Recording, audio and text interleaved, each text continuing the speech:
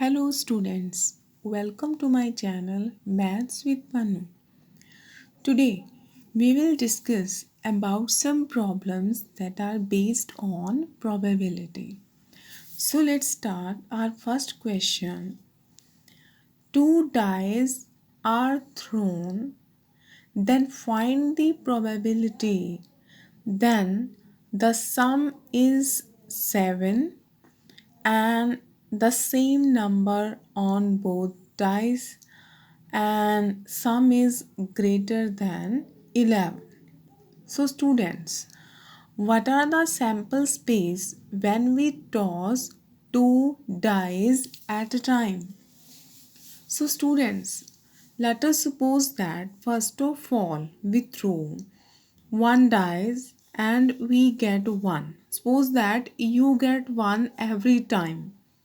Okay, and suppose that you get one means two dice are thrown. Suppose that you get one on the first die, and with this die on the second die you also get one. Okay, suppose that on the second die you get 2. If we remain it as it is, suppose that we get 1 on the first time on the first die every time, and we get 3 on the second die. In the same way, 1 and 4, 1 and 5, 1 and 6. Okay, I repeat. Suppose that we throw two dice at a time and the first person get one on the first die. Okay, and on the second die the combination of 1 with 1, and the second one the combination of 1 with 2, and 1 with 3, 1 with 4, 1 with 5, 1 with 6, means we get 1 as a constant term. Okay, again if we get 2 on our first die and we get 1 on the second die, in the same way we put 2 as constant term and we take the possibilities 2 with the other die as 1, 2, 3, 4, 5 and 6. Okay, and students, suppose that you get 3 on the first die and again you get 1, the 3 with 2, and 3 with 3, 3 with 4, 3 with 5 and 3 with 6. Okay, I repeat that जब हम first die को throw कर रहे हैं, suppose कर लीजिए कि first person ने फर्स्ट डाई को टॉस किया और फर्स्ट डाई को टॉस करने के लिए उसके पास कितनी पॉसिबिलिटीज़ होगी, maybe he get 1, 2, 3 and you can see that 4, 5, 6 है ना। अब हमारे पास 6 नंबर हैं और इन 6 नंबर्स में से उस फर्स्ट पर्सन के पास कोई भी नंबर आ सकता है। तो हम मान लेते हैं कि उस पर्सन के पास 1 नंबर आया। तो जब सेकंड पर्सन डाई थ्रो करेगा तो उसमें से भी हमारे पास 6 पॉसिबिलिटीज़ हो गया। अब सपोज़ कीजिए कि अगर फर्स्ट पर्सन के पास 1 नंबर आया है तो सेकंड पर्सन के पास 1, 2, 3, 4, 5, 6 कोई भी नंबर आ सकता है।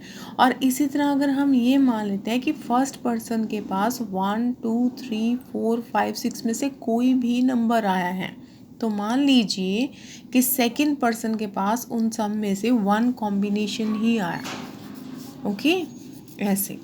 और इसी तरह से हम ले सकते हैं कि हमारे पास अनदर कॉम्बिनेशंस भी आ जाएंगे। तो इसी तरह से आप सारे कॉम्बिनेशंस को लिख दीजिए। Okay, 4, 3 you get 4, 4, 4, 5, 4, 6 and the next one is 5, 3, 5, 4, 5, 5, 5, 6 and the second one 6, 3, 6, 4, 6566.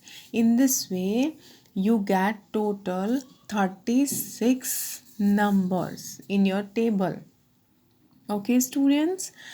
And if he asks us that the sum is even, find the probability, then the sum is even. Sorry, 7. And वो number हमें find करने हैं जिनको add करने पर हमें 7 मिले. तो लेट अस सी दैट कि let the first number is 1 6. Okay, because the sum of 1 and 6 is 7. The sum of 2 and 5 is also 7. The sum of 3 and 4 is also 7, and 4 and 3 is also 7. 5 and 2 is 7, and the sum of 6 and 1 is also 7. You can see that all the numbers are placed in a diagonal manner. Okay, तो numbers कौन सी होगी, अब हम sample space में लिख लेंगे like that. 1 6, the second one is 2 5, and the third one is 3 4, and again 4 3, and 5 2, and 6 1. You can see that the numbers are in reverse order, because in the first braces we get 1 6, and the last one you can see that 6 1. 2 5, after that 5 2, and 3 4, after that 4 3. Okay, so in this way, how much numbers we get? 1 2 3 4 5 6. Okay, so you can write here the probability of getting the numbers whose sum is 7. Sum is 7. The numbers to overall कितने हैं? 6. और total numbers हमारे पास कितने हुए? 36. Then you can write here 36. Okay, and after cancelling it, 6 1 are 6 6 6 36, and you get your answer 1 by 6. Because you know that what is the formula of probability, because we write in the denominator total number of outcomes, so you need not to count all the terms again and again. You should remember that the total number of outcomes is 36. तो हमें denominator में क्या लिखना होगा? 36. And in the numerator the some is even, and वो number कितने हो गए? 1 2 3 4 5 6. उन नंबर्स की काउंटिंग लिख दीजिए 6. नाउ द सेकेंड केस क्या था हमारे पास? Same number on both dice. You can see very carefully how much numbers we have in which both numbers are same, both the numbers are same. You can see that 1 1. Okay, so you can circle it. We have write down the circles already. Okay, you can tick the numbers 1 1. Again you can see that 2 2, after that 3 3, 4 4, 5 5, 6 6. और आप देख रहे हो कि ये जो numbers हैं ये भी डायगोनल फॉर्म में ही हैं. ठीक है, तो कितने नंबर हो गए ये? 1 2 3 4 5 6. 6 नंबर्स हो गए. ठीक है, तो हमें यहाँ पर भी नंबर 6 मिल रहे हैं, तो यहाँ लिख दीजिए भी the number same number on both dice, on both dice. और आंसर आपका क्या आ जाएगा? 36, 6/36. Okay, and in the last one you can see that sum is greater than 11. Some is greater than 11. अब वो नंबर जिनकी सम 11 से ज़्यादा है. सो स्टूडेंट्स, आप देख सकते हो कि अगर हम इन सारे नंबर्स को ऐड करें, लाइक मैक्सिमम यही होगा इस कॉलम में. 6 + 1 7, and 2 + 6 8, because 2 + 3 is 5. You can check in your table. 6 + 3 is 9, and 10, and 11. 5 and 6 11, then 6 and 6 12. तो यहाँ तक जो आपके नंबर होंगे ना, 5 और 6 11 हो गए, 6 और 5 11, 6 और 4 10, 6 और 3 9. और यहाँ पे आप चेक कर सकते हैं भी, यहाँ तक हमारे पास सारे नंबर्स तकरीबन 11 तक, जिनकी सम हमारे पास 11 तक है। पर उसने हमसे ये पूछा है कि सम इज़ ग्रेटर देन 11, तो एक ही नंबर हमारे पास बच रहा है यहाँ पे 6 एंड 6, सिंगल वन। तो आंसर आपका क्या आ जाएगा, सिंगल वन नंबर है। तो जो सैम्पल स्पेस आप बनाएंगे उस सैम्पल स्पेस में आपका एक ही नंबर बनेगा, जैसे कि 6 और 6। तो आपका जो आंसर आएगा प्रोबेबिलिटी का कि जो सम है वो क्या होनी चाहिए, ग्रेटर देन 11। तो वो जो नंबर आपके पास आएगा वो आएगा 1/36। ठीक है, आपका आंसर ये होगा। अब जो नेक्स्ट टॉपिक है वो ये है कि सपोज़ कीजिए आपके पास जो ए सेट आया है, जो हमने सैम्पल स्पेस बनाया है ए का, मान लीजिए कि उसमें हमारे पास कोई भी हम सेट बनाते हैं, उसमें आ गया 1 यहाँ पे आ गया 1 2 2 2 और 3 3 4 4, ऐसे कोई भी नंबर हमारे पास आ जाता है। ठीक है, ऐसे ही हमारे पास उसने कोई केस दिया, तो हमारे पास जो बी सेट है उसका जो सैम्पल स्पेस आएगा, सपोज कीजिए वो आ गया 2 2 4 4 1 2 और 6 7 और 1 5 6 3 एंड सो ऑन, कोई भी नंबर आप ले लीजिए। तो अगर उसने हमसे ये पूछा है कि ए यूनियन बी की प्रोबेबिलिटी निकालनी है हमें, ओके, तो यूनियन किसे कहते हैं, यू फॉर यूनियन। ठीक है, व्हाट इज़ द यूनियन, हम सेट्स चैप्टर में पढ़ते हैं कि यूनियन क्या चीज़ है।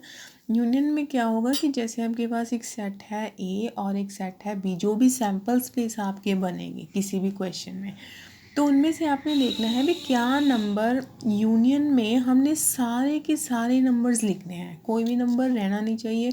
जैसे कि यहाँ पर हो गया 1 1 है ना, और ये आप देख रहे हो 1 2 एंड फिर आफ्टर दैट 2 2 एंड 3 4 4 4 एंड 5 6। ठीक है, अब इसमें से कोई नंबर अगर रह गया तो आप लिख सकते हैं लाइक 6 3 और 1 2, आपने लिख लिया। ठीक है, ये यूनियन आ गया। अगर आप इंटरसेक्शन की बात करते हैं तो इंटरसेक्शन में क्या होगा, इंटरसेक्शन में आएगा भी कॉमन नंबर कौन से हैं। अब देखिए इसमें 4 4 कॉमन है और 2 2 कॉमन है, तो आप और 1 2 कॉमन है। ठीक है, तो आप कॉमन नंबर्स भी लिख लीजिए, जैसे 2 2 1 2 और 4 4। ठीक है, अब प्रोबेबिलिटी कैसे निकालते हैं, जैसे हमने प्रोबेबिलिटी निकालनी है तो उसके लिए आप कॉमन नंबर देख लीजिए कौन से हैं, जैसे 1 2 3 नंबर्स हैं और टोटल नंबर ऑफ आउटकम्स जो भी आपके पास होंगे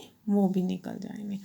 अब हमारे पास जो फार्मूलाज हैं, जैसे सेट में होता था ना, सेट में फार्मूलाज थे, तो हम सेट्स में स्टडी करते थे भी ए कॉम्प्लीमेंट। कॉम्प्लीमेंट में क्या होता है कि पहले हम पूरा स्टडी करते हैं, इसमें कॉम्प्लीमेंट्स में क्या होगा, जैसे हमने कॉम्प्लीमेंट निकालना है तो उसमें से क्या करना है, जो यूनिवर्सल सेट होगा उसमें से हम ए माइनस करते हैं, क्योंकि थोड़ा जो कंसेप्ट है वो सेट्स चैप्टर का भी इसमें ऐड होगा। यूनिवर्सल सेट होता है जो भी हमें पूरा दिया हुआ है, लाइक दैट कि हमें कोई भी सेट उसने पूरा दिया है, सपोज करो क्लास में 40 स्टूडेंट्स हैं और हमने माइनस करने हैं उसमें से नंबर ऑफ बॉयज़, देन हमारे पास जो रिमेनिंग टर्म आएगी वो आएगी नंबर ऑफ गर्ल्स। ठीक है, लाइक दैट के, या फिर यूनिवर्सल सेट में आप कुछ इवन नंबर्स ले लीजिए, 2 4 6 8 10। ठीक है, और ए सेट में आप कोई भी नंबर ले लीजिए लाइक 2 3 5 एंड 7। तो अगर यूनिवर्सल में से ए माइनस करेंगे तो वो एलिमेंट जो यूनिवर्सल के साथ मैच हो रहे हैं, जैसे 2 के साथ 2 मैच हो रहा है और कोई मैच नहीं हो रहा, तो ये सेट तो हमने लेना ही नहीं। ठीक है, तो क्या नंबर लेंगे हम, लाइक 4 6 8 10, बिकॉज माइनस ए मतलब ए तो लेना ही नहीं है, ए के एलिमेंट्स कोई नहीं लेने, तो उसे हम क्या कहेंगे, ए कॉम्प्लीमेंट। अब ये थोड़ी सेट्स से रिलेटेड टॉपिक्स हैं, अब इन्हें हम प्रोबेबिलिटी चैप्टर में कैसे स्टडी करेंगे वो आप मेरी नेक्स्ट वीडियोस में देख सकते हैं। Okay, thank you so much.